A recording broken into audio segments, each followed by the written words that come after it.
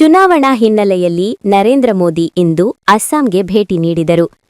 ಅಸ್ಸಾಂ ಪ್ರವಾಸದ ವೇಳೆ ಪ್ರಧಾನಿ ಮೋದಿ ಚಹಾ ತೋಟಗಳಿಗೆ ಭೇಟಿ ನೀಡಿ ಅಲ್ಲಿನ ಕೆಲಸಗಾರರೊಂದಿಗೆ ಸಮಯ ಕಳೆಯಿದರು.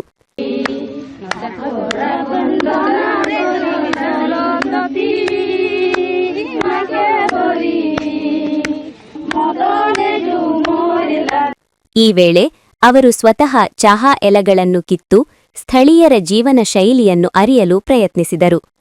ತೋಟದಲ್ಲಿ ಕೆಲಸ ಮಾಡುತ್ತಿದ್ದ ಮಹಿಳಾ ಕಾರ್ಮಿಕರೊಂದಿಗೆ ಮಾತನಾಡಿ ಅವರ ಸಮಸ್ಯೆಗಳು ಮತ್ತು ಅನುಭವಗಳನ್ನು ಆಲಿಸಿದರು. ज्यादा मिला के 700-800 मन हो जाता है नहीं। अच्छा, एक साथ।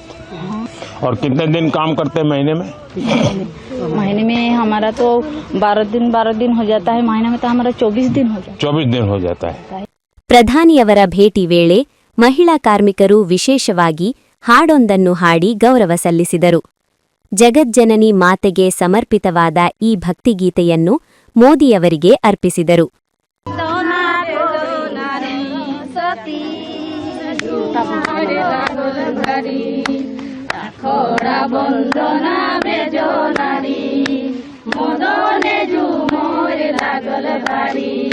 ಈ ದೃಶ್ಯಗಳು ಸ್ಥಳೀಯರೊಂದಿಗೆ ಪ್ರಧಾನಿಯವರ ನಿಕಟ ಸಂಪರ್ಕವನ್ನು ತೋರಿಸಿವೆ.